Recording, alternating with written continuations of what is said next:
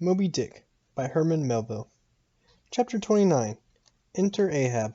To him, Stubb. Some days elapsed, and ice and icebergs all astern.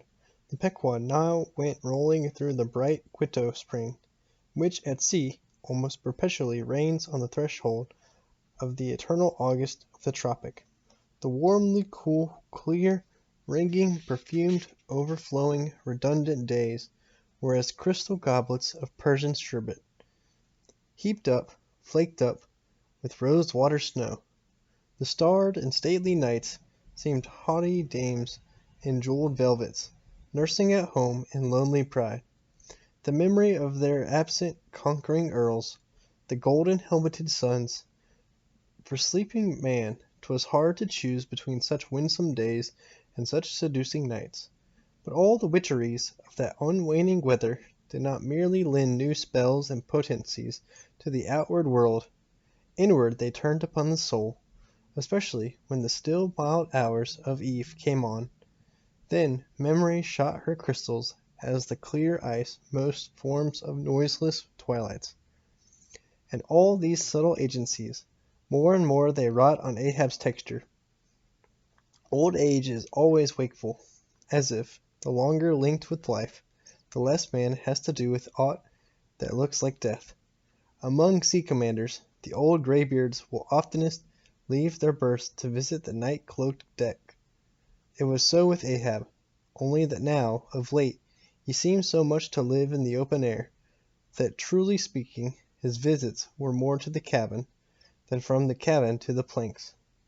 "It feels like going down into one's tomb," he would mutter to himself, "for an old captain like me to be descending this narrow scuttle, to go to my grave-dug berth."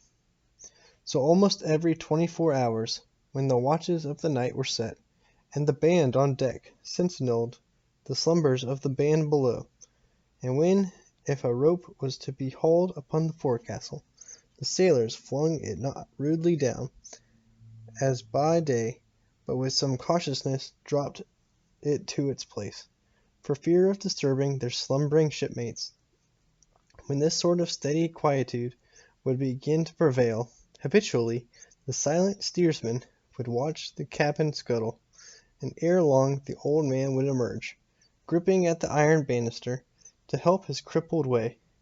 Some considerating touch of humanity was in him, for at times like these he usually abstained from patrolling the quarter-deck, because to his wearied mates, seeking repose within 6 inches of his ivory heel, such would have been the reverberating crack and din of that bony step, that their dreams would have been of the crunching teeth of sharks.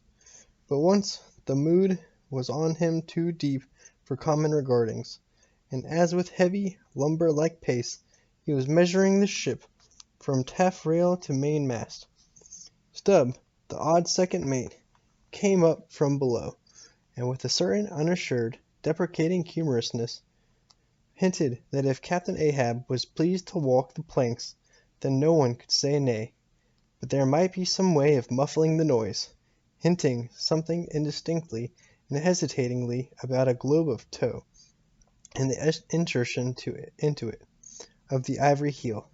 "Ah, Stubb, thou didst not know Ahab then." "Am I a cannon-ball, Stubb," said Ahab, "that thou wouldst wad me that fashion? But go thy ways, I had forgot.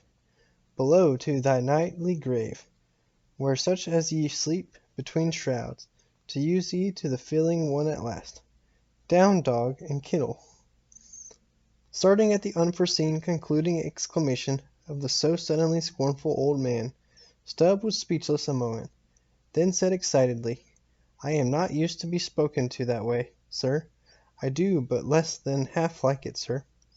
"Avast!" gritted Ahab between his set teeth, and violently moving away, as if to avoid some passionate temptation.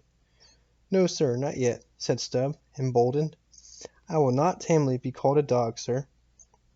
"Then be called 10 times a donkey, and a mule, and an ass, and begone, or I'll clear the world of thee."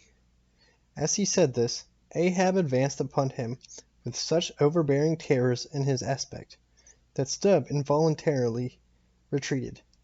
I was never served so before without giving a hard blow for it," muttered Stubb, as he found himself descending the cabin scuttle. "It's very queer. Stop, Stubb. Somehow, now, I don't well know whether to go back and strike him, or, what's that, down here on my knees and pray for him. Yes, that was the thought coming up in me, but it would be the first time I ever did pray. It's queer, very queer, and he's queer too. Aye, take him fore and aft. He's about the queerest old man Stubb ever sailed with. How he flashed at me! His eyes like powder pans. Is he mad? Anyway, there's something on his mind. As sure as there must be something on a deck when it cracks. He ain't in his bed now, either, more than 3 hours out of the 24, and he don't sleep then. Didn't that doughboy, the steward, tell me that of a morning he always finds the old man's hammock clothes all rumpled and tumbled, and the sheets down at the foot, and the coverlid almost tied into knots, and the pillow a sort of frightful hot, as though a baked brick had been on it.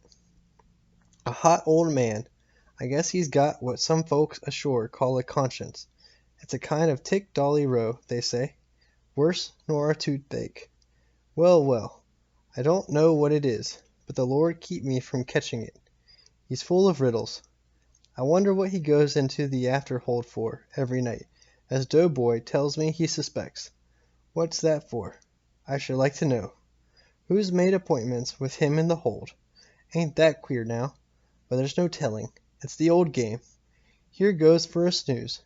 Damn me, it's worth a fellow's while to be born into the world, if only to fall right asleep. And now that I think of it, that's about the first thing babies do, and that's a sort of queer too. Damn me, but all things are queer, come to think of 'em. But that's against my principles. Think not is my 11th commandment, and sleep when you can is my 12th. So here goes again. But how's that?